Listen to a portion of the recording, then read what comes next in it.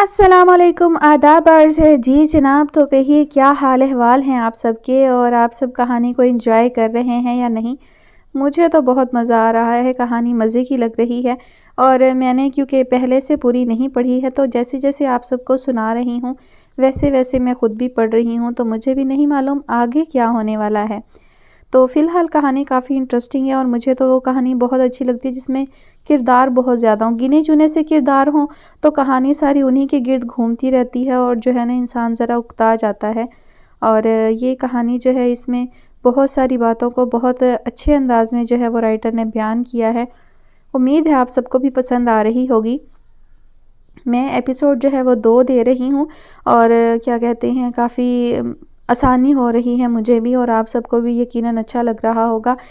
اچھا، ڈوریشن تو تقریباً وہی ہے، لیکن آپ سب خوش بہت ہو جاتے ہیں کہ ایک دن میں 2 ایپیسوڈ سننے کو مل رہی ہیں۔ حالانکہ ڈوریشن جو ہے وہ ڈیوائیڈ ہو گیا ہے، ایپیسوڈ کا ڈوریشن اتنا ہی ہے جتنا ایک ہی ایپیسوڈ میں ہوتا تھا، وہی اب 2 ایپیسوڈ میں ہوتا ہے۔ لیکن آپ سب جو ہے وہ کافی خوش نظر آتے ہیں، کامنٹ سے مجھے اندازہ ہوتا ہے کہ سب کو بہت اچھا لگ رہا ہے کہ واو، دوسری ایپیسوڈ بھی آ گئی ہے آج ہی۔ بچوں کی طرح سے خوش ہوتے ہیں نا آپ لوگ، اور بچوں کی طرح سے ضد بھی کرتے ہیں کہ جی جلدی دیں، نیکسٹ اپلوڈ کریں، جلدی کریں، جلدی ختم کریں، کب ختم ہوگی، نیکسٹ ناول کب آئے گا۔ تو بچوں کی طرح سے ایکسائٹیڈ ہوتے ہیں آپ سب بھی۔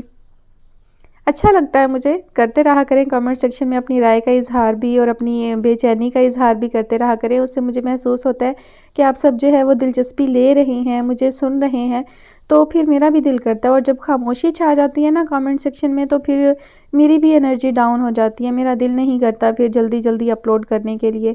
تو اگر آپ لوگ میری انرجی بوسٹ کرنا چاہتے ہیں تو کامنٹ کرتے رہا کریں۔ میرا گلا جو ہے وہ تھوڑا سا ڈسٹرب ہے، کنٹینیو ریڈنگ کی وجہ سے جو ہے وہ ایسے آواز ہو جاتی ہے، اور تھوڑا سا بیک گراؤنڈ میں جو ہے وہ شور کا بھی پرابلم ہے، کیونکہ میں جس ایریا میں ہوں یہاں جو ہے وہ مین روڈ کے نزدیک ہے، تو ٹریفک جو ہے وہ بھی اس کا بھی شور آتا رہتا ہے، اور ارد گرد کالونی کے اندر جو ہے وہ بچے کھیلتے ہیں، شور شرابہ ہوتا ہے، وہ آوازیں بھی آتی ہیں۔ اور اس کے علاوہ یہاں جو ہے بہت نیچرل سا ماحول ہے، درخت ہیں، سبزہ ہے، تو پرندے بہت زیادہ ہیں، ان کی آوازیں بھی آپ کو سنائی دیتی ہوں گی۔ خیر، مجھے یہ ماحول جو ہے وہ بہت اچھا لگتا ہے، بہت پرسکون ہے۔ جو آوازیں ہیں وہ قدرتی سی ہیں تو وہ عجیب نہیں لگتی، لیکن ریکارڈنگ میں تھوڑا سا جو ہے ڈسٹربنس ہوتی ہے ان کی وجہ سے۔ خیر، بڑھتے ہیں کہانی کی جانب۔ باتیں تو بہت زیادہ ہو گئی ہیں، تو اس کہانی کی فرمائش جو ہے وہ ہم سے کی ہے کومل اقبال نے۔ کہانی کا نام ہے دست کوزہ گر، مصنفہ ہیں فوزیہ یاسمین۔ قسط نمبر 6۔ نیند میں بھی ساری رات زوبیہ کو ایسے لگتا رہا جیسے شائستہ کی روح اس کے بستر کے آس پاس ہی منڈلا رہی ہو۔ اسی لیے کچی نیند میں جب اسے اپنے کندھے پر کسی کے ہاتھ کا دباؤ محسوس ہوا تو وہ ہڑبڑا کر اٹھ بیٹھی۔ قریب تھا کہ اس کے منہ سے چیخ بھی نکل جاتی، مگر عائشہ اختر کو سامنے دیکھ کر اس کے اعصاب ایک دم ڈھیلے پڑ گئے۔ کیا ہوا، تم ٹھیک تو ہو؟ زوبیہ کے اس طرح اٹھ بیٹھنے پر عائشہ اختر حیرانی سے بولی۔ جی میں ٹھیک ہوں۔ زوبیہ نے آنکھیں بند کرتے ہوئے گہرا سانس خارج کر کے خود کو اطمینان دلایا کہ وہ ڈراؤنی رات گزر گئی ہے۔ بہت گہری نیند میں تھی تم، میں نے دروازہ کھٹکھٹایا، تمہیں آوازیں دی، آخر تمہیں آ کر ہلانا پڑا، تب تم اٹھی ہو۔ رات میں کب سوئی تھی؟ ان کے کہنے پر زوبیہ کو بڑی حیرانی ہوئی۔ اس کا جسم اور ذہن تو ایسے تھک رہے تھے جیسے وہ ساری رات سوتی جاگتی رہی ہو۔ ذہن کی وہ کیفیت ہی نہیں تھی جو گہری اور طویل نیند لے کر ہوتی ہے۔ پتہ نہیں، رات کو تو نیند ہی نہیں آ رہی تھی، کل کا سارا دن سو کے گزارا تھا، رات کو تو بستر پر لیٹنے کا بھی دل نہیں چاہ رہا تھا، مگر اکیلی کب تک جاگتی، اس لیے سونا پڑا۔ اس نے بستر سے اترتے ہوئے کسل مندی سے کہا۔ ہاں، جب میں کمرے میں آئی ہوں تو تمہارے بیڈ روم کی لائٹ آن تھی، عائشہ اختر نے کمفرٹر تیر لگاتے ہوئے کہا۔ زوبیہ ایک بار پھر کل کی رات یاد کر کے اپنی جگہ ٹھٹک گئی، پھر سر جھٹکتے ہوئے باتھ روم کی طرف بڑھی تھی کہ عائشہ اختر کی بات نے ایک بار پھر اسے ٹھٹکنے پر مجبور کر دیا۔ جلدی سے تیار ہو کر نیچے آ جاؤ، تمہارے کالج کی وین آتی ہی ہوگی۔ عائشہ اختر اپنی بات کہہ کر کمرے سے چلی گئیں، جبکہ زوبیہ میں باتھ روم جانے کی ہمت نہ رہی، وہ وہیں دروازے پر کھڑی کی کھڑی رہ گئی۔ ایک امتحان ختم ہوا تھا تو دوسرا شروع ہو گیا تھا۔ کتنی مشکل سے اس نے رات کاٹ کر صبح کی تھی، اور اب صبح ہوئی تھی، وہ سوچ رہی تھی کہ یہ وقت کیسے گزرے گا، وہ پھر سے اسی کلاس میں انہی لڑکیوں کے بیچ جا کر کیسے بیٹھے گی۔ زہر اگلتی زبان اور دوسری لڑکیوں کی حیرت اور استفہام سے بھری نظریں وہ کیسے برداشت کرے گی؟ اس کے بے ہوش ہو جانے کے بعد جانے ان سب نے اس کے متعلق کیا کیا باتیں کی ہوں گی جو اسے آج دیکھنے کے بعد پھر شروع ہو جائیں گی۔ یہ طنز و اعتراض کا کبھی نہ ختم ہونے والا سلسلہ تھا، وہ اس کا پیچھا کبھی نہیں چھوڑنے والی تھی، بلکہ ہو سکتا ہے کل اس کے بے ہوش ہونے کے بعد انہوں نے کسی ٹیچر کو بھی اس کی ذہنی حالت کے متعلق بتا دیا ہو۔ اگر ایسا ہوا تو وہ ٹیچر بھی اس سے وہی سوال کریں گی جو نتاشا وغیرہ نے کیے تھے۔ بے شک ان کا انداز نتاشا اور دوسری لڑکیوں جیسا نہ ہو، مگر اس سے کیا فرق پڑتا تھا؟ ان کی سوچ تو ان لڑکیوں سے مختلف نہیں ہوگی۔ بھلے ہی وہ اپنی سوچ کو زبان نہ دیں، مگر وہ بھی اسے دوسری لڑکیوں کی طرح مینٹلی سک اور اب نارمل ہی سمجھیں گی۔ اگر انہوں نے اس سے کچھ پوچھا تو وہ انہیں کیا جواب دے گی، اور اگر انہوں نے بھری کلاس میں سب کے سامنے استفسار کیا تو وہ کیا کہے گی؟ ایک بار پھر اسے اپنے ہاتھ پاؤں ٹھنڈے پڑتے محسوس ہونے لگے۔ اسے لگا اس میں بالکل سکت نہیں ہے کالج جانے کی یا ان سب کا سامنا کرنے کی۔ وہ باتھ روم جا کر منہ وغیرہ دھونے کی بجائے وہیں بیڈ پر ٹانگیں پھیلا کر بیٹھ گئی۔ اس کی سمجھ میں نہیں آ رہا تھا وہ کالج نہ جانے کا کیا بہانہ کرے۔ عائشہ اختر کے سامنے اگر وہ طبیعت کی خرابی کا بہانہ بناتی تو وہ فوراً ڈاکٹر کے پاس چلنے پر باضد ہو جاتی۔ کیا عجب کہ وہ ڈاکٹر شکیلہ کو ہی بلا لیتی، جبکہ وہ ڈاکٹر دواؤں اور علاج وغیرہ سے تنگ آ گئی تھی۔ وہ انہیں سچ بھی نہیں بتا سکتی تھی، کیونکہ سچ سن کر وہ اس کا مسئلہ حل نہیں کر سکتی تھی، الٹا بیجا نصیحتیں شروع کر دیتی۔ ان لڑکیوں سے گھبرانے کی ضرورت نہیں، تم صرف اپنی پڑھائی پر توجہ دو، کسی کی باتوں پر دھیان مت دو۔ کتنے دن باتیں بنائیں گی وہ، خود ہی چپ ہو جائیں گی آخر۔ بلکہ تم ان کی باتوں کا جواب دو، تم ہر ایک کی بکواس چپ چاپ سن کر کیوں آ جاتی ہو؟ جھٹلا دو رخسار کی کہی ساری تفصیل کو، انکار کر دو تم نے رخسار پر کوئی حملہ نہیں کیا، بلکہ یہ بھی کہہ دو کہ وہ تو تمہارے گھر سرے سے رہنے ہی نہیں آئی، وغیرہ وغیرہ۔ عائشہ اختر کا پڑھایا پاٹ رٹنا اس کے بس سے باہر تھا، کچھ آ کے اسے ان لڑکیوں کے سامنے دہرانا، جن کی توجہ کا مرکز بننے کے خیال سے ہی اس کی پیشانی سے پسینہ پھوٹ پڑا تھا۔ صوبیہ بیٹا جلدی آؤ، ناشتہ ٹھنڈا ہو رہا ہے۔ عائشہ اختر کی آواز پر وہ اپنا دل کڑا کرتی کھڑی ہو گئی۔ 15 منٹ میں تیار ہو کر ایسے ہی اتری تھی جیسے روز کالج جانے کے لیے نیچے آتی تھی۔ بلال اختر اور عائشہ اختر کو سلام کر کے وہ بظاہر ان کے ساتھ ناشتے میں شامل ہو گئی، جبکہ اس کا ذہن مسلسل اپنے اگلے اقدام کے بارے میں سوچ رہا تھا۔ اس کی وین بلال اختر کے گھر سے نکلنے سے پہلے آیا کرتی تھی اور اسے گیٹ سے ہی پک کیا کرتی تھی۔ وہ ہاتھ پر بندھی گھڑی دیکھنے لگی، اس کی وین بس آنے ہی والی تھی۔ وہ ابھی یہ سوچ ہی رہی تھی کہ اسے وین کا ہارن سنائی دیا۔ وہ بلال اختر اور عائشہ اختر کو اللہ حافظ کہتی بیگ اٹھائے گھر سے نکل گئی۔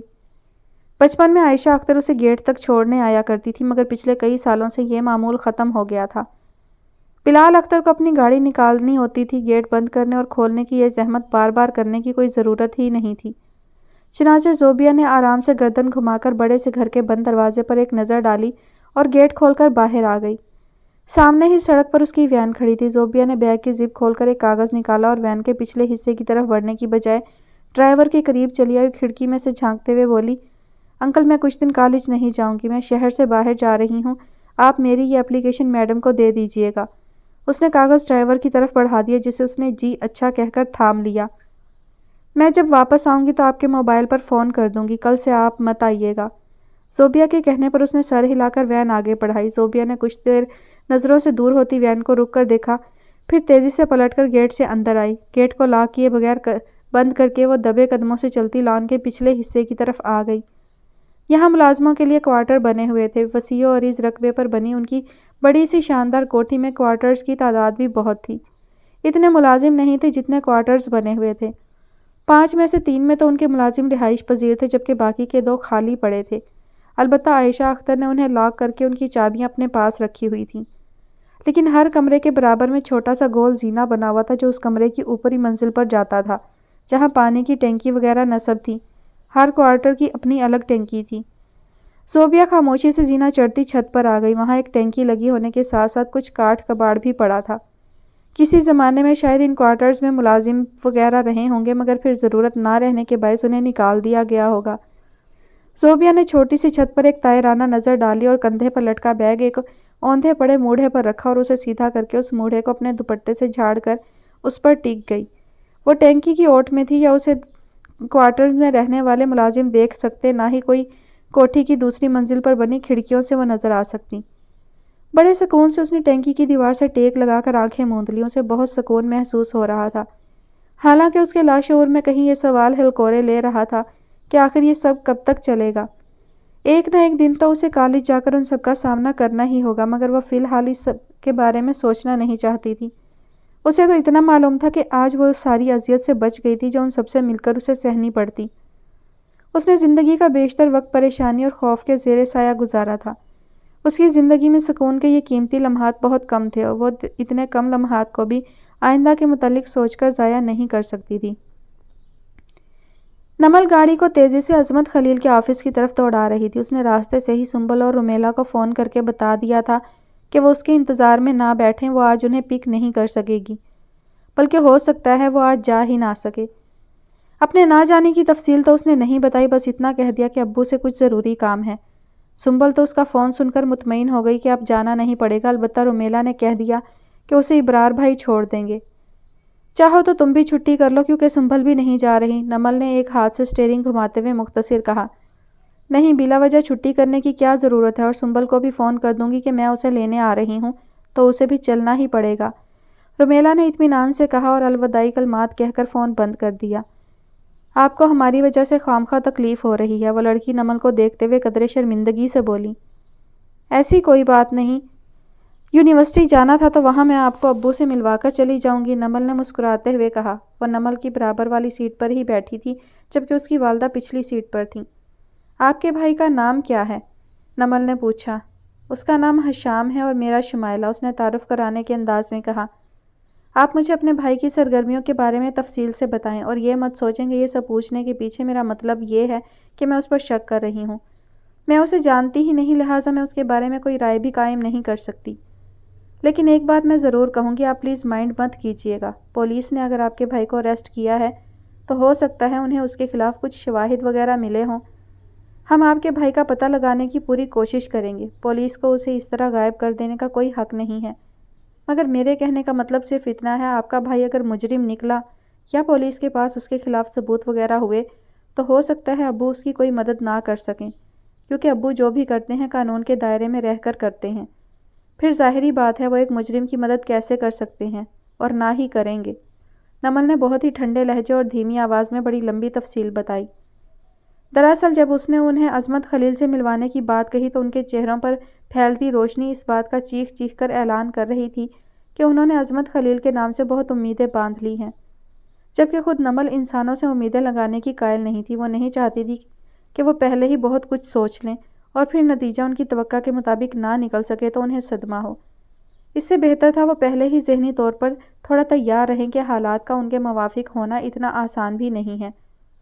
آپ بالکل صحیح کہہ رہی ہیں، عظمت خلیل صاحب کے بارے میں نے جو کچھ سنا ہے اس کی روشنی میں اتنا تو ضرور کہہ سکتی ہوں کہ وہ کبھی بھی کسی مجرم کے ساتھ نہیں دیں گے۔ آپ اطمینان رکھیں، میرا بھائی مجرم نہیں ہے، اور یہ میں اس لیے نہیں کہہ رہی کہ میں اس کی بہن ہوں، بلکہ یہ میں اس لیے کہہ رہی ہوں کہ میں اسے بہت قریب سے جانتی ہوں۔ وہ بہت اچھا ہے، آج کل کے لڑکوں والی کوئی بھی معیوب عادت نہیں ہے، بہت نمازی اور پرہیزگار ہے۔ اسے بچپن سے ہی احساس ہے کہ ہماری اماں نے ہم دونوں کو کتنی مشکلوں اور پریشانیوں سے پالا ہے۔ اس کا زیادہ وقت صرف پڑھنے میں گزرتا ہے، بچپن سے فرسٹ آتا ہے۔ پچھلے سال میٹرک میں اس نے پورے بورڈ میں چوتھی پوزیشن لی تھی۔ وہ اس لیے جیل میں نہیں ہے کہ اس نے کچھ کیا ہے، بلکہ وہ اس لیے قید میں ہے کہ وہ ایک غریب علاقے کے کچے پکے گھر میں رہتا ہے، جس کی بیک پر بہت بڑی پاور تو کیا سر پر باپ کا سایہ بھی نہیں ہے۔ شمائلہ کی آواز روندھنے لگی تھی اپنے بھائی کا ذکر کرتے ہوئے۔ نمل کو شرمندگی ہوئی، اس نے اس طرح کیوں کہہ دیا۔ پچھلے ایک ہفتے سے وہ جس ذہنی اذیت اور اب کیا ہوگا جیسے خدشات میں گھرے تھے، اس کا احساس کرتے ہوئے تو نمل کو انہیں تسلی دینی چاہیے تھی، نہ کہ انہیں امید باندھنے سے ہی روک دیا۔ اگر ایسی بات ہے آپ کا بھائی اتنا اچھا ہے تو یقین رکھیں اس کے ساتھ کچھ برا نہیں ہوگا، نمل نے دلاسا دیتے ہوئے کہا، اور واقعی وہ بھیگی پلکوں کے ساتھ مسکرا دی۔ کچھ دیر بعد وہ ان دونوں کے ساتھ عظمت خلیل کے شاندار آفس میں موجود تھی۔ ریسیپشن پر جب اس نے عظمت خلیل کا نام لیا تو وہ کمپیوٹر پر اپائنٹمنٹ چیک کرنے لگی۔ میری اپائنٹمنٹ نہیں ہے، میں ان کی بیٹی ہوں، نمل خلیل، آپ انہیں انفارم کر دیں، ارجنٹ ہے۔ نمل کے کہنے پر اس نے پاس رکھا ریسیور اٹھا کر اندر اطلاع کی اور اسے مخاطب کرتے ہوئے بولی، آپ اندر جا سکتی ہیں۔ نمل نے پلٹ کر ان دونوں کو اشارہ کیا اور انہیں لے کر عظمت خلیل کے کیبن میں داخل ہو گئی۔ ان کا کیبن ان کے سرکاری عہدے کو دھیان میں رکھ کر ترتیب دیا گیا تھا، چنانچہ وہ بھی ان کے آفس کی طرح آنکھوں کو خیرہ کر دینے کی صلاحیت رکھتا تھا۔ وہ تینوں ایئر کنڈیشن کار سے اتر کر یہاں آئی تھیں، پھر بھی ان کے کیبن میں اے سی کی کولنگ میں قدم رکھ کر انہیں ایسا لگا جیسے وہ کسی کمرے کی بجائے فریزر میں چلے آئے ہوں۔ نمل خیریت تو ہے؟ کیا ہوا تم یہاں اس طرح؟ عصمت خلیل اسے دیکھتے ہی بولے۔ ہمارے گھر میں سب خیریت ہے، دراصل یہ دونوں آپ سے ملنا چاہ رہی تھیں۔ نمل نے انہیں دیوار سے لگے ایک بیش قیمت صوفے پر بیٹھنے کا اشارہ کیا اور خود ان کی ٹیبل کے نزدیک چلی آئی۔ عصمت خلیل جو بڑے غور سے اسے دیکھ رہے تھے ان دونوں عورتوں پر ایک نظر ڈال کر حیرانی سے بولے، کون ہیں یہ؟ نمل نے ان کے پوچھنے پر مختصر الفاظ میں انہیں ان دونوں کی پریشانی کے متعلق بتا دیا۔ عصمت خلیل کی حیرانی واضح طور پر ناگواری میں تبدیل ہو گئی، ان کی پیشانی پر ان گنت شکنیں پڑ گئی تھیں۔ یہ وہ بات تھی جس کے لیے تم نے ریسیپشنسٹ سے کہا کہ بہت ارجنٹ ہے، انہوں نے دانت پر دانت جماتے ہوئے کہا۔ نمل صرف انہیں دیکھ کر رہ گئی، وہ کبھی اس طرح ان کے آفس نہیں آئی تھی۔ اس کے اچانک آنے اور ایسا پیغام دینے پر انہوں نے فوراً اسے طلب کر لیا تھا، جبکہ اب ان کی شکل سے صاف ظاہر ہو رہا تھا کہ وہ یہ سب یہاں آفس میں ڈسکس کرنا نہیں چاہ رہے۔ آخر انہوں نے اتنا بڑا ٹرسٹ کھول رکھا تھا تاکہ لوگ اپنی تکلیفیں لے کر وہاں جائیں، اپنے آفس میں انہیں رش لگانے کا کوئی شوق نہیں تھا۔ نمل ان کے موڈ کو سمجھتے ہوئے دھیمی آواز میں بولی، ابو ان کا بھائی ایک ہفتے سے پولیس کی حراست میں ہے، ایک ہفتے سے۔ انہوں نے آپ کے ٹرسٹ میں بھی اپلیکیشن دی مگر وہاں سے بھی کوئی رسپانس نہیں ملا۔ آپ پلیز اتنا تو پتہ کر دیں کہ وہ کون سی جیل میں ہے، ان ماں بیٹی کی بے چینی میں کچھ تو کمی آ جائے گی۔ نمل نے التجائیہ انداز میں کہا۔ عصمت خلیل نے جس طرح لب بھینچے تھے اس سے صاف ظاہر تھا انہوں نے بمشکل خود کو کوئی سخت بات کہنے سے روکا ہے۔ نمل اچھی طرح جانتی تھی انہوں نے خود پر اتنا ضبط کیوں کیا ہے، اگر یہ ان کا گھر ہوتا تو وہ اب تک نمل کو کتنی ہی سنا چکے ہوتے۔ اس وقت تو انہوں نے آفس میں ہونے کا لحاظ کر لیا تھا، جو محض قہر بھری نظروں سے نمل کو دیکھ کر رہ گئے۔ پھر ان خاتون کی طرف متوجہ ہوتے ہوئے حتی الامکان اپنے لہجے کو قابو میں رکھتے ہوئے بولے، بہن جی آپ بالکل بے فکر رہیں، آپ کے مسئلے کا میں آج ہی نوٹس لوں گا۔ آپ اپنے بیٹے کی تصویر کے ساتھ اس کے سارے کوائف لکھ کر میرے ٹرسٹ میں جمع کرا دیں۔ عصمت خلیل کے کہنے پر اماں اٹھ کر ان کی شیشے کی شاندار میز کے قریب چلی آئیں۔ آپ کے ٹرسٹ کے آفس میں ہم حشام کی تصویر، نام، عمر سب دے چکے ہیں، مگر وہاں پریشان حال لوگوں کی اتنی لمبی فہرست ہے کہ ہمارا نمبر آنے تک تو میرا حشام بوڑھا ہو جائے گا۔ تو اماں ہم بھی کیا کر سکتے ہیں، ہم بھی تو انسان ہیں، ہمارے وسائل اور اختیار کی ایک حد ہے۔ لامحدود اختیارات تو صرف اس کے پاس ہیں جو پوری دنیا کے مسائل ایک ساتھ سنتا اور حل کرتا ہے۔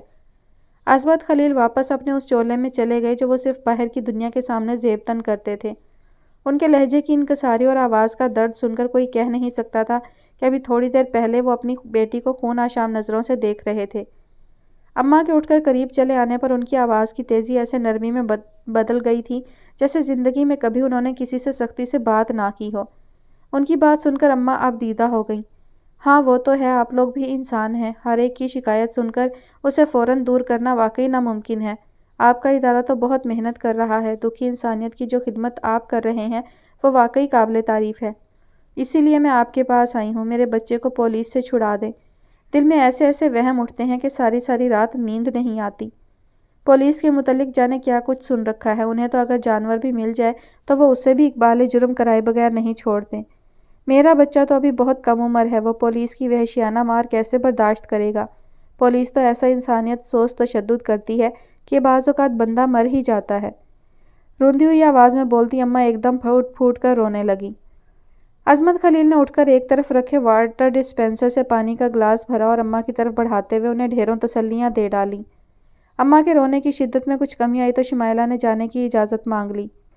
بالکل آپ گھر جائیں اور بے فکر ہو کر جائیں، لیکن حشام کی تصویر کے ساتھ اس کا بائیو ڈیٹا ایک صفحے پر لکھ کر کل ہی میرے ٹرسٹ میں جمع کرا دیں۔ عصمت خلیل کے میٹھے پرسکون لہجے پر اماں انہیں ڈھیروں دعائیں دیتی آفس سے نکل گئیں۔ راستے بھر اماں اور شمائلہ عصمت خلیل کے رویے اور جذبہ ہمدردی کو سراہتے رہے۔ جتنا سنا تھا اس سے بڑھ کر پایا، اماں نے کوئی تیسری بار یہ بات کہی تھی۔ نمل خاموشی سے ان کی باتیں سنتی رہی، یہاں تک کہ جب گاڑی سے اترتے وقت شمائلہ نے اس کا شکریہ ادا کرنے کے ساتھ کہا، آپ بہت خوش قسمت ہیں کہ آپ کو عصمت خلیل صاحب جیسے والد ملے ہیں۔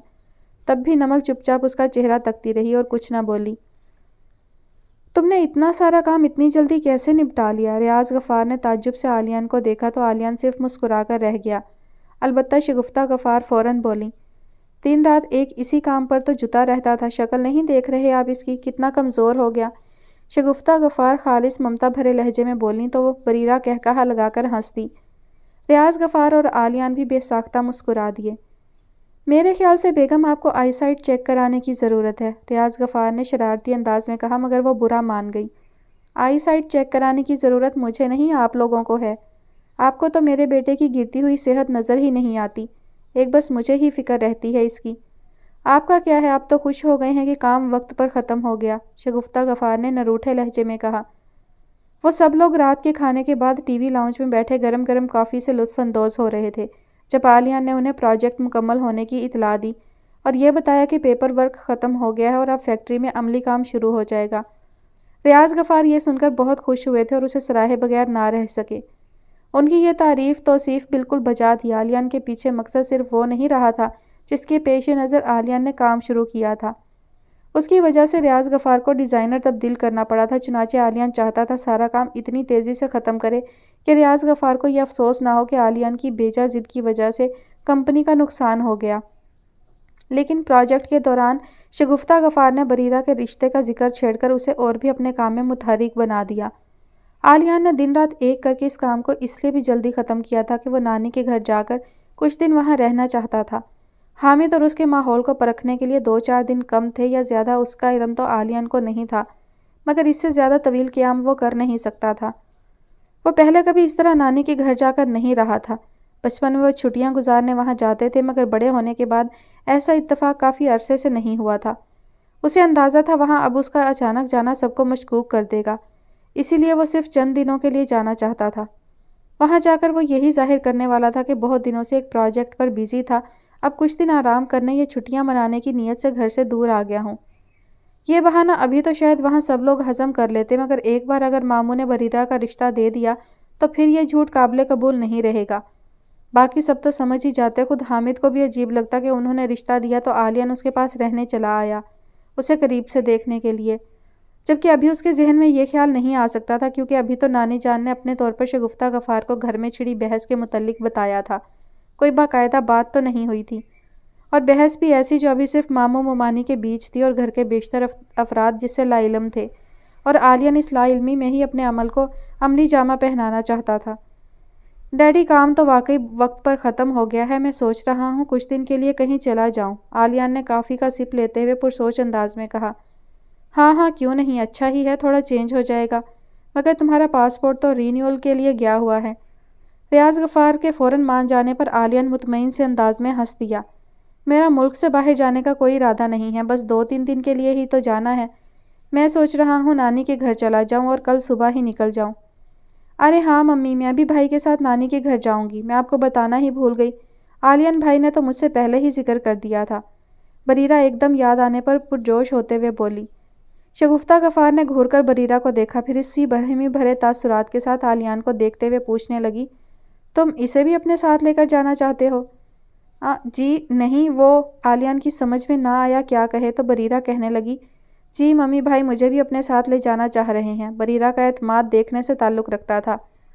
پہلے کچھ سلیقہ تو سیکھ لو، پھر وہاں جانے کی بات کرنا، شگفتہ غفار ڈپٹ کر بولیں۔ ممی میں اپنی نانی کے گھر جانے کی بات کر رہی ہوں، کسی کوکنگ کمپٹیشن میں تھوڑی جو آپ سلیقہ سکھانے کی بات کر رہی ہیں۔ بریرہ اس صاف انکار پر منمنا کر بولی تو ریاض غفار بھی اس کی حمایت کرتے ہوئے بولے، ہاں بھائی وہ کوئی کریلوں کا کسٹرڈ تھوڑی بنانے جا رہی ہے، اپنی نانی کے گھر جا رہی ہے۔ ریاض غفار نے اس کی طرفداری بھی اس طرح کی کہ وہ موڈ آف کر کے انہیں دیکھنے لگی۔ میں اس وقت کسی مذاق کے موڈ میں نہیں ہوں، شگفتہ غفار سنجیدگی سے بولیں تو بظاہر ریاض غفار نے بھی سنجیدگی سے کہا، اگر مذاق کے موڈ میں نہیں ہو تو کیوں اتنا بڑا مذاق کیا؟ کیسا مذاق؟ شگفتہ غفار چونکی۔ یہی کہ پہلے کچھ سلیقہ سیکھ لو پھر وہاں جانے کی بات کرنا، ایسی شرط رکھنا جو زندگی بھر پوری نہ ہو سکے، مذاق ہی تو ہے۔ ڈیڈی، بریرہ خفگی سے چلائی جبکہ عالیہ اور ریاض غفار ایک ساتھ کہکہا مار کر ہنس دیے۔ چائے میں نہیں بولتی، بریرہ نے ہاتھ میں پکڑا مگ میز پر رکھ کر باقاعدہ ان کی جانب سے رخ موڑ لیا۔ بھئی یہ کیا بات ہوئی، اتنا خراب سینس آف ہیومر؟ ریاض غفار نے اسے منانے کے لیے اس کا رخ اپنی جانب موڑنا چاہا مگر وہ بددستور خفا خفا بیٹھی رہی تو ریاض غفار سوالیہ انداز میں بیوی اور بیٹے کو دیکھنے لگے۔ شگفتہ غفار نے فوراً سر نفی میں ہلا دیا، خود عالیہ بھی اس وقت اسے اپنے ساتھ لے کر جانا نہیں چاہتا تھا، چنانچہ اس نے بھی کندھے اچکا کر گویا شگفتہ غفار کے فیصلے کو منظور کر لینے پر بے بسی ظاہر کر دی۔ بھئی ہم تو اپنی بیٹی کو اپنے ساتھ دبئی لے جانے کا سوچ رہے تھے، مگر یہ تو ہیں آپ کا دبئی جانے کا پروگرام بن رہا ہے؟ بریرہ سے اتنا بھی برداشت نہ ہوا کہ ان کا جملہ ہی پورا ہونے دیتی اور فوراً چہک کر بولی، ابھی تو بن رہا ہے، دیکھو کب عمل میں آتا ہے، مگر آپ تو وہاں جانے کی بجائے۔ نہیں نہیں، میں آپ کے ساتھ چلوں گی، نانی کے گھر تو پھر کبھی بھی جا سکتی ہوں، لیکن پروگرام فائنل ہو جائے تو مجھے پہلے سے بتا دیجیے گا۔ میں نے اپنی جتنی بھی دوستوں کو ادھار دے رکھے ہیں ان سب سے واپسی کا مطالبہ کر دوں، آخر دبئی جا کر شاپنگ بھی تو کرنی ہوگی۔ بریرہ کا آف موڈ ایک دم خوشگوار ہو گیا تھا، اور کیوں نہ ہوتا، اس گھر کا کوئی بھی فرد زیادہ دیر اس کے چہرے پر اداسی دیکھ ہی نہیں سکتا تھا۔ عالیہ بریرہ کی طرف سے مطمئن ہو کر فوراً وہاں سے اٹھ گیا۔ ایسی کوئی لمبی چوڑی تیاری تو اسے کرنی نہیں تھی، بس 2-4 کپڑے بیگ میں رکھنے تھے۔ عموماً اس کا بیگ بھی تیار ہی رہتا تھا، اس میں 1-2 چیزوں کی کمی بیشی ہی کرنی پڑتی تھی، اس لیے اپنے کمرے میں آ کر وہ 20 منٹ میں ہی پیکنگ سے فارغ ہو کر سونے بھی لیٹ گیا۔ کل صبح اس کا گھر سے نکلنے کا ارادہ تھا، اس نے اپنی 4 وہیل کا پانی اور پیٹرول سب چیک کر لیا تھا، وہ کل ایسی ہی سواری میں وہاں جانے والا تھا۔ گھر آ کر نمل نے حسب عادت امی کو تمام بات تفصیل سے بتائی تو وہ حسب توقع پریشانی سے اسے دیکھنے لگیں۔ تمہیں اپنے ابو کا مزاج پتہ تو ہے، پھر کیا ضرورت تھی ان کے آفس پہنچنے کی؟ امی وہ ماں بیٹی اتنی پریشان تھیں کہ مجھ سے رہا نہیں گیا۔ ذرا سوچیں، گھر کا کوئی شخص اس طرح غائب ہو جائے تو گھر والوں کی کیا کیفیت ہوگی، کیسے کیسے وہم پیدا ہو رہے ہوں گے دل میں۔ اتنے دنوں سے وہ لڑکا غائب ہے، اس کی کوئی خیر خبر نہیں۔ یہ سن کر میری اپنی حالت غیر ہونے لگی، میں چاہتی تو انہیں گھر ڈراپ کر کے یونیورسٹی جا سکتی تھی، مگر میرا ذہن منتشر ہو گیا تھا۔ نمل کی آنکھوں کے سامنے ان دونوں ماں بیٹی کے پریشان چہرے گھوم گئے تو وہ کہتی ہی چلی گئی، وہ تو ہے، لیکن تمہارے ابو… چلو خیر، اللہ بہتر کرے گا، رشیدہ بیگم نے محض بات ختم کرتے ہوئے کہا، ورنہ ان کے چہرے پر تفکرات ابھی بھی نمایاں تھے۔ نمل نے انہیں زیادہ سمجھانے کی کوشش نہیں کی، جانتی تھی اس کی ماں عظمت خلیل سے کتنا ڈرتی تھیں، ان کے غصے کا سوچ کر ہی انہیں ہول اٹھنے شروع ہو گئے ہوں گے۔ ایسے میں نمل کی دی کوئی بھی تسلی ان کی فکر مندی میں کوئی کمی نہیں لا سکتی تھی۔ چنانچہ نمل نے ادھر ادھر کی باتیں کر کے ان کا دھیان بٹانا شروع کر دیا، جس میں کسی حد تک کامیاب ہونے کے بعد وہ اپنے کمرے میں آ گئی۔ صبح ڈرائیونگ کے دوران وہ سنبل اور رومیلا کو کوئی بھی بات تفصیل سے نہیں بتا سکی تھی، چنانچہ شام ہونے پر رومیلا کا خود ہی فون آ گیا۔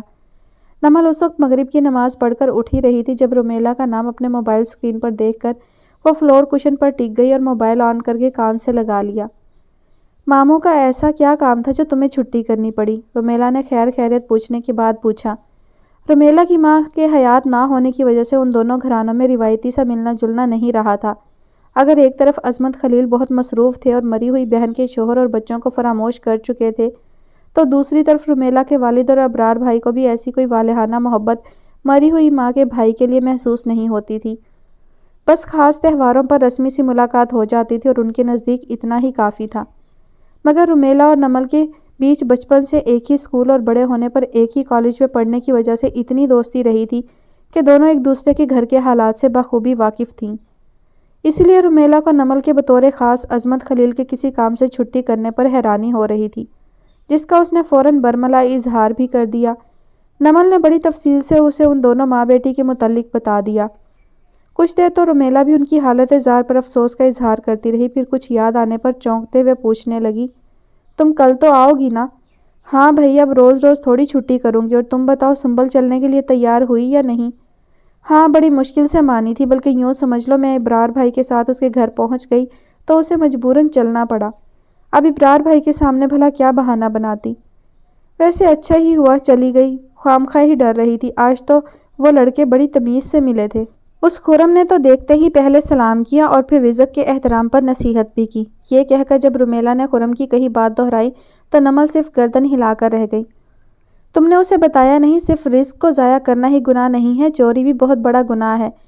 اسلامی سزا میں تو چور کے ہاتھ کاٹ دیے جاتے ہیں۔ نمل کے تنزیہ کہنے پر رومیلا اعتراض کرنے والے انداز میں بولی، ہاں میں یہ کہتی تاکہ اسے آگے سے اور 10 بات کہنے کا موقع مل جاتا۔ ویسے بھی اس نے مجھے مخاطب صرف تمہارے متعلق پوچھنے کے لیے کیا تھا۔ کیا مطلب؟ مطلب یہ کہ اس نے تمہارے بارے میں جس طرح پوچھا تھا اسے دیکھ کر مجھے تو پریشانی ہونے لگی۔ رومیلا کے کہنے پر نمل چڑ کر بولی، کیا تجسس پھیلا رہی ہو؟ سیدھی طرح بتاؤ نا کیا کہہ دیا اس نے؟ ایسا کچھ نہیں کہا ہے جس پر تم کل جا کر اس سے لڑ سکو، رومیلا نے اطمینان دلانے والے انداز میں کہا۔ صرف اتنا پوچھا کہ تم کل آؤ گی یا نہیں؟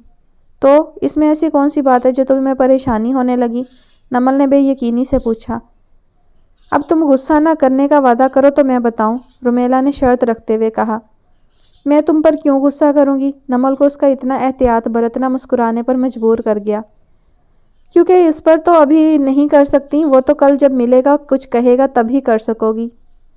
اچھا کچھ نہیں کہوں گی، سسپینس پھیلانا بند کرو اور جلدی بکو۔ جب اس نے یہ پوچھا کہ تم کل آؤ گی، تب اس کے لہجے میں اتنی بے قراری تھی جیسے اس نے کل کا پورا دن اور پوری رات صرف تمہارے آنے کا انتظار کیا ہو۔ واٹ نان سینس، نمل ایک دم جلال میں آتے ہوئے بولی۔ دیکھو تم نے کہا تھا تم غصہ نہیں کرو گی، رومیلا بگڑ کر بولی۔ وہ تو میں نے یہ سوچ کر کہا تھا کہ شاید اس نے ایسا کچھ کہا ہوگا جسے سن کر مجھے غصہ آ جائے، مگر یہاں تو تم اپنا اندازہ بتا رہی ہو، وہ بھی اتنا واہیات، نمل نے دانت پیستے ہوئے کہا۔ میرے اندازے واہیات نہیں 100% درست ہوتے ہیں، رومیلا نے کہا اور نمل کو بولنے کا موقع دیے بغیر مزید کہنے لگی، اور یہ تو وہ اندازہ ہے جس کے درست ہونے پر خود مجھے پریشانی ہو رہی ہے۔ یہ خرم جس ٹائپ کا بندہ ہے اسے تو بس دور سے سلام کر دینا ہی ٹھیک ہے، یہ اگر زیادہ پیچھے لگ گیا تو کیا ہوگا؟ رومیلا بہت زیادہ پریشان تو نہیں تھی مگر تب سے اس نقطہ پر سوچ ضرور رہی تھی۔ اول تو ایسا کچھ ہے نہیں، اس لیے اتنا سوچنے کی ضرورت ہی نہیں، دوسرے یہ کہ اگر ایسا کچھ ہوتا بھی ہے تو ایسے لوگوں کا دماغ ٹھیک کرنا مجھے اچھی طرح آتا ہے، نمل تپے ہوئے انداز میں بولی۔ رومیلا بھی کچھ کہنے ہی والی تھی کہ دروازے پر دستک کی آواز سن کر نمل نے اسے ایکسکیوز کرتے ہوئے اندر آنے کی اجازت دی تو ملازمہ دروازہ کھول کر اندر آ گئی۔ آپ سے کوئی ملنے آیا ہے؟ مجھ سے؟ نمل نے حیرت سے کہا، پھر رومیلا کو بتا کر فون بند کرتی اٹھ گئی۔ وہ جب گیٹ پر پہنچی تو شمائلہ کو دیکھ کر حیران رہ گئی۔ آج صبح ہی تو وہ ملی تھی، پھر اب دوبارہ یہاں کیوں آئی تھیں؟ نمل کے قریب جانے پر اس نے سلام کرتے ہوئے ایک لفافہ اس کی جانب بڑھا دیا۔ معاف کیجیے گا آپ کو اس وقت پریشان کیا، وہ آپ کے والد نے کہا تھا حشام کی تصویر اور تفصیلات لکھ کر دے دوں، میں نے سوچا آفس میں جمع کرانے کی بجائے آپ کو ہی دے دوں۔ نمل حیرانی سے اسے دیکھنے لگی۔ اس کا گھر یہاں سے بہت دور تھا، اسے اس وقت یہاں نہیں آنا چاہیے تھا، گھر پہنچنے تک تو رات اور گہری ہو جانی تھی، پھر وہ اکیلی بھی تھی، اس کی اماں بھی ساتھ نہیں تھی۔ آپ اتنے دور سے یہ لفافہ دینے آئی ہیں، وہ بھی اکیلے؟ نمل نے دبی زبان سے کہا۔ جی دراصل اماں بہت تھک جاتی ہیں، ان کی صحت اس قابل نہیں کہ انہیں سارا دن لیے پھرا جا سکے، اور میں نے سوچا آپ کو آج ہی ساری انفارمیشن دے دوں گی تو عظمت صاحب کل ہی پتہ لگانا شروع کر دیں گے۔ آپ جب صبح ہمیں گھر چھوڑنے آئی تھی تبھی میں نے چاہا کہ آپ کو ساری تفصیل لکھ کر دے دوں، مگر میرے پاس حشام کی کوئی تصویر نہیں تھی۔ آپ کے والد کے ٹرسٹ میں کئی بار تصویر دی تھی تو گھر میں کوئی بچی ہی نہیں، میں نے اسٹوڈیو سے ارجنٹ نیگیٹو سے تصویر بنوائی، پھر بھی آتے آتے رات ہو گئی۔ نمل خاموشی سے اسے دیکھتی رہی۔ کس قدر پریشان تھے وہ لوگ، ایک پل ضائع نہیں کرنا چاہتے تھے۔ اسٹوڈیو میں ارجنٹ تصویر بنوانے کے زیادہ پیسے دینے پڑے ہوں گے، اور یہاں تک آنے جانے کے لیے بھی انہیں 2-3 بسیں بدلنی پڑی ہوں گی۔ عظمت خلیل کے ٹرسٹ بھی جانے کتنے چکر لگے ہوں گے، وہاں انہوں نے اتنی تصویریں دے دی کہ ان کے پاس عظمت خلیل کو دینے کے لیے کوئی تصویر ہی نہیں بچی۔ ظاہر سی بات ہے ان کی جو مالی حالت تھی وہ انہیں سینکڑوں تصویریں کھنچوانے کی اجازت تھوڑی دیتی ہوگی۔ یہ چند تصویریں اور نیگیٹو ان کے پاس تھے، یہی بہت بڑی بات تھی۔ نمل نے لفافہ میں ہاتھ ڈالا تو ایک کاغذ میں لپٹی تصویر اس کے ہاتھ میں آ گئی۔ اس کاغذ میں ساری تفصیل درج ہے، ہمارا محلہ، گلی، مکان کا نمبر۔ عظمت صاحب پڑھیں گے تو ان کے خود سمجھ میں آ جائے گا انہیں کون سے پولیس اسٹیشن جانا ہے۔ شمائلہ جلدی بتا رہی تھی، شاید اسے واپس گھر پہنچنے کی جلدی تھی۔ نمل کاغذ ہٹا کر تصویر کو دیکھنے لگی۔ اس کے گھر کے شاندار سے گیٹ پر نصب 100 پاور کے بلب کی روشنی میں تصویر اس کے سامنے بالکل واضح تھی۔ جیسا کہ ان کی ماں بیٹی نے بتایا تھا وہ فرسٹ ایئر میں پڑھتا ہے تو وہ واقعی میں دیکھنے میں 17-18 سال سے زیادہ کا نہیں لگ رہا تھا۔ وہ دبلا پتلا سانولا سا لڑکا اگر ایک طرف اپنی معاشی حیثیت کی بھرپور عکاسی کر رہا تھا تو دوسری طرف اس کی آنکھوں کی چمک اور چہرے پہ پھیلی سادہ سی مسکراہٹ اسے اس کی عمر کے لڑکوں سے منفرد ظاہر کر رہی تھی۔ کم از کم اس تصویر کو دیکھ کر نمل کو اس کی ماں کی کہی بات سچ لگ رہی تھی، جنہوں نے کہا تھا کہ اس کی میٹرک میں پوزیشن آئی تھی۔ وہ شکل سے ذہین لگ رہا تھا اور چہرے پر پھیلی مسکراہٹ اس کے مستقبل سے پر امید ہونے کی نشاندہی کر رہی تھی۔ پتہ نہیں اس وقت وہ کہاں اور کس حال میں ہوگا۔ ایک پل کو اس خیال نے نمل کا دل مٹھی میں لے لیا۔ وہ بے اختیار تصویر سے نظریں ہٹا کر شمائلہ کو دیکھنے لگی۔ سوری، میں آپ کو اندر بلانا تو بھول ہی گئی۔ نمل کو ایک دم خیال آیا تو وہ چونکتے ہوئے بولی، ارے نہیں، مجھے گھر جانا ہے، رات گہری ہو جائے گی، اماں بھی پریشان ہو رہی ہوں گی۔ ہاں رات تو واقعی گہری ہو رہی ہے، ٹھہرے میں امی سے پوچھ کر آتی ہوں، اگر وہ اجازت دیں تو میں آپ کو گھر چھوڑ آؤں۔ نمل نے سوچتے ہوئے کہا، امی سے اجازت ملنا ذرا مشکل ہی تھا، مغرب کے بعد وہ کبھی اس طرح گاڑی لے کر نہیں نکلی تھی۔ مگر اس سے پہلے کہ وہ اندر جانے کے لیے پلٹتی شمائلہ نے منع کر دیا۔ نہیں، رہنے دیں، اتنی رات گئے، آپ مجھے اتنی دور چھوڑنے جائیں پھر اکیلی واپس آئیں، میں خود ہی چلی جاؤں گی۔ اس نے کہا تو نمل نے زیادہ اصرار نہیں کیا، پھر بھی وہ اس کی طرف سے پریشان ضرور تھی۔ نمل کا گھر جس پوش علاقے میں واقع تھا وہاں رات کے وقت اتنا سناٹا ہو جاتا تھا جیسے وہ کوئی انسانوں کی آبادی نہ ہو بلکہ جنگل بیابان ہو۔ ایسے میں شمائلہ کا اکیلے پیدل چلتے ہوئے مین روڈ تک جانا اور پھر وہاں کھڑے ہو کر کسی بس کا انتظار کرنا کسی طور مناسب نہیں تھا، مگر وہ کر ہی کیا سکتی تھی۔ نمل تب تک اسے دیکھتی رہی جب تک وہ اسٹریٹ لائٹ میں اسے نظر آتی رہی، مگر گلی ختم ہونے پر اس کا وجود بھی تاریکی کا حصہ بن گیا۔ نمل اپنے ہی دھیان میں وہیں کھڑی کی کھڑی رہی۔ وہ تو جب عظمت خلیل کی گاڑی اس کے پاس گھر کے گیٹ پر آ کر رکی تو اسے ہوش آیا۔ تب تک عظمت خلیل گاڑی سے اتر کر کبھی اسے اور کبھی اس لفافے کو غصے سے دیکھتے رہے۔ ان کا آف موڈ نمل کے لیے کوئی نئی چیز نہیں تھا، لہٰذا وہ انہیں سلام کر کے اندر جانے کے لیے مڑنے لگی کہ انہوں نے اسے آواز دے کر روک دیا۔ اتنی رات گئے اس لڑکی نے آ کر تمہیں یہ لفافہ دیا ہے، کیا صبح یہ کام نہیں ہو سکتا تھا؟ اور جب میں نے کہا تھا کہ ساری تفصیل تصویر کے ساتھ میرے ٹرسٹ میں جمع کر دیں تو اسے گھر آنے کی کیا ضرورت تھی؟ ابو وہ بہت پریشان۔ یہ میرا گھر ہے، کسی مزار کی چوکھٹ نہیں جہاں صبح شام مانگنے والوں کا تانتا بندھا رہے۔ آخر میں نے ٹرسٹ کے آفس کس لیے کھول رکھے ہیں؟ عظمت خلیل نے سختی سے اس کی بات کاٹ دی اور چوکیدار کو دیکھنے لگے۔ صاحب میں نے تو صبح ہی انہیں جانے کے لیے کہہ دیا تھا، مگر بی بی جی میں نے خود اس لڑکی سے بات کی تھی، بابا کا کوئی قصور نہیں ہے۔ نمل نے چوکیدار کا بوکھلایا ہوا انداز دیکھ کر خود اس کی بات مکمل کی۔ کیوں کی تم نے اس سے بات اور پھر اسے اپنی گاڑی میں بٹھا کر میرے آفس لے آئیں؟ کیا تمہیں پتہ نہیں آج کل حالات کتنے خراب ہیں، کسی پر بھروسہ نہیں کیا جا سکتا، نہ جان نہ پہچان، بس فوراً اپنی گاڑی میں بٹھا لیا۔ کوئی ضرورت نہیں ہے کسی کے لیے اتنی ہمدردی دکھانے کی، کیا پتہ اس کے بھائی نے کیا کیا ہے، ہو سکتا ہے وہ واقعی دہشت گردی میں ملوث ہو اور اس کی یہ ماں بہن بھی ایسے ہی کام کرتی ہوں۔ اسے اپنی گلی سے نکلتا دیکھ کر میں فوراً سمجھ گیا کہ تمہارے پاس آئی ہوگی اپنے بھائی کی تفصیلات دینے۔ ایک اکیلی لڑکی رات کے وقت اتنے آرام سے پھر رہی ہے، اس کی حرکتوں سے ہی ظاہر ہو رہا ہے وہ کس کماش اور کس کردار کی ہے۔ عظمت خلیل درستگی سے کہتے چلے گئے۔ نمل چپ چاپ سر جھکائے ہونٹ کاٹتی رہی۔ بھلا بولتی بھی تو کیا، ان کی کچھ باتیں واقعی درست تھیں۔ ان ماں بیٹی کو وہ جانتی ہی کتنا تھی جو اس طرح اس نے انہیں اپنی گاڑی میں بٹھا لیا، مگر اب جو کچھ وہ اس لڑکی کے کردار کے متعلق کہہ رہے تھے وہ اسے واقعی ناگوار گزر رہا تھا۔ عظمت خلیل کو کسی بھی رشتے میں کسی بھی شخص سے محبت نہیں تھی، اس لیے وہ یہ سمجھ ہی نہیں سکتے تھے کہ جب اپنا کوئی تکلیف میں ہو تو انسان ساری احتیاط اور ساری تدبیریں بھول جاتا ہے۔ جب کسی اپنے کو بچانے کی دھن سوار ہو تو اپنے آپ کو محفوظ رکھنے کی خواہش کہیں دور جا چھپتی ہے۔ مگر نمل اس لڑکی کی وکالت کر کے ان سے الجھنا نہیں چاہتی تھی، وہ اس لیے خاموشی سے کھڑی انہیں سن رہی تھی کہ ان کا غصہ کچھ کم ہو تو وہ یہ لفافہ انہیں دے سکے۔ مگر ابھی ان کا پارا نیچے آیا بھی نہیں تھا کہ گھر کا دروازہ کھول کر رشیدہ بیگم اپنی ویل چیئر چلاتی باہر آ گئیں۔ انہیں پتا تھا نمل سے کوئی ملنے آیا ہے، وہ اب تک واپس اندر نہیں آئی، جبکہ عظمت خلیل بھی آ گئے تھے۔ ان کی گاڑی کی آواز انہوں نے خود سنی تھی۔ پھر کیا وجہ تھی کہ دونوں میں سے کوئی بھی اندر نہیں آیا، یہی دیکھنے وہ خود باہر آ گئیں۔ ان پر نظر پڑتے ہی عظمت خلیل کی تیوری پر پڑے بلوں میں کچھ اور اضافہ ہو گیا۔ دروازے کے آگے سیڑھیاں بنی تھیں، اس لیے رشیدہ بیگم نے اپنی ویل چیئر کو دروازے کے پاس روک لیا تھا اور پورچ میں نہیں آئیں۔ عظمت خلیل خود ہی تیز تیز چلتے سیڑھیوں کے سامنے آ کھڑے ہوئے۔ تم سارا دن گھر میں کرتی کیا ہو؟ کچھ پتہ بھی ہے بیٹی کیا کرتی پھر رہی ہے؟ جو شخص بھی آ کر دروازے پر بیل بجائے گا یہ اس کی مدد کرنے کے لیے کھڑی ہو جائے گی۔ یہ میرا گھر ہے، یہاں مجھے لوگوں کا ہجوم نہیں چاہیے۔ اگر یہ اس طرح لوگوں کو یہیں اٹینڈ کرنے لگی تو لوگ آفس جانے کی بجائے یہیں آنا شروع کر دیں گے، اور جو اگر کسی کو یہ بھی پتہ چل گیا کہ عظمت خلیل کی بیٹی کا اوپر کا سکرو بھی لوز ہے تو پھر تو ایسے ایسے لوگ آ جائیں گے کہ اللہ کی پناہ۔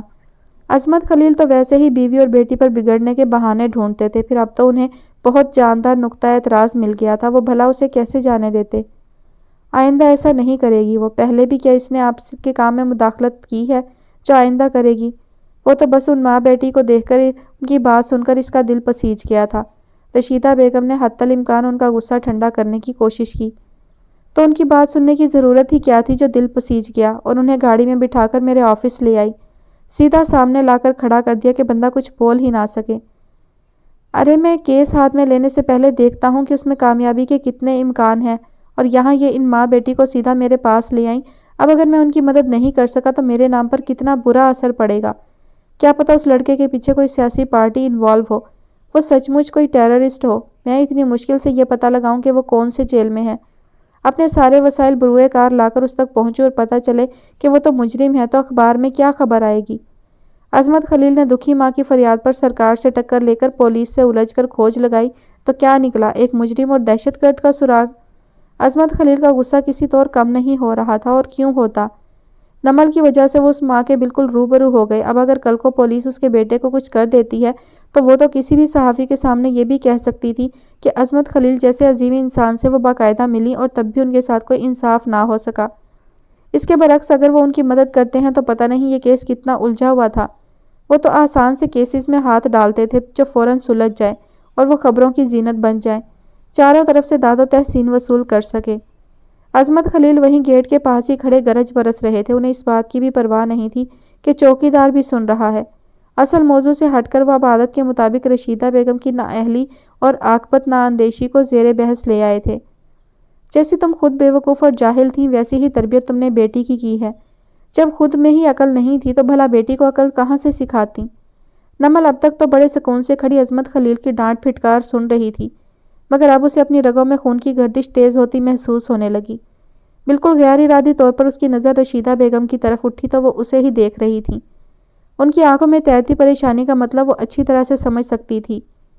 نمل کے مزاج سے وہ اچھی طرح واقف تھی۔ انہیں یہ بھی پتا تھا کہ اپنی ماں سے وہ کتنی محبت کرتی ہے۔ غلط بات تو وہ کسی کے بھی خلاف نہیں سن سکتی، پھر اپنی ماں کے خلاف وہ اتنے بڑے الزام بھلا کیسے برداشت کر جاتی؟ وہ اس خوف میں گھری اسے دیکھ رہی تھی کہ کہیں وہ کچھ کہہ نہ دے۔ اتنے سالوں سے عظمت خلیل اکیلے بولتے آ رہے تھے۔ غصہ، شکایت، اعتراض، نکتہ چینی سب کچھ یک طرفہ رہا تھا، مگر اب کچھ سالوں سے رشیدہ بیگم کو نمل کی آنکھوں میں غصے اور نفرت کا ایک دریا معجزہ نظر آنے لگا تھا۔ جیسے شوریدہ لہریں ساحل سے ٹکرا کر لوٹ جاتی ہیں، ویسے ہی نمل کے اندر عظمت خلیل کو جواب دینے کی شدید خواہش سر پٹک کر رہ جاتی۔ ان کی محبت اور نرمی نے نمل کو ایسے ہر اقدام سے روک رکھا تھا۔ وہ صرف اور صرف اپنی ماں کی وجہ سے کبھی عظمت خلیل کے مقابل نہیں آئی تھی، مگر جب کبھی عظمت خلیل کا غصہ آپے سے باہر ہونے لگتا اور ان کی زبان سے اگلتا زہر حد سے سوا ہونے لگتا تو رشیدہ بیگم کا دل بھی کسی سوکھے پتے کی طرح کانپنے لگتا۔ انہیں لگتا نمل کا ضبط جواب دینے والا ہے، اور وہ اس دن سے بہت خوف زدہ تھیں جب نمل کی برداشت جواب دے جائے گی۔ عظمت خلیل کو تو عادت ہی نہیں تھی اپنے آگے کسی کی سننے کی۔ وہ تو بس ایک ساتھ ان دونوں ماں بیٹی کو دربدری کی سزا سنا دیں گے۔ نہ رشیدہ بیگم کی معذوری ان کے پاؤں کی زنجیر بنے گی، نہ ان کے اتنے سالوں کی خاموشی سے کی گئی خدمت ان کے دل کو ایسے کسی فیصلے سے باز رکھ سکے گی۔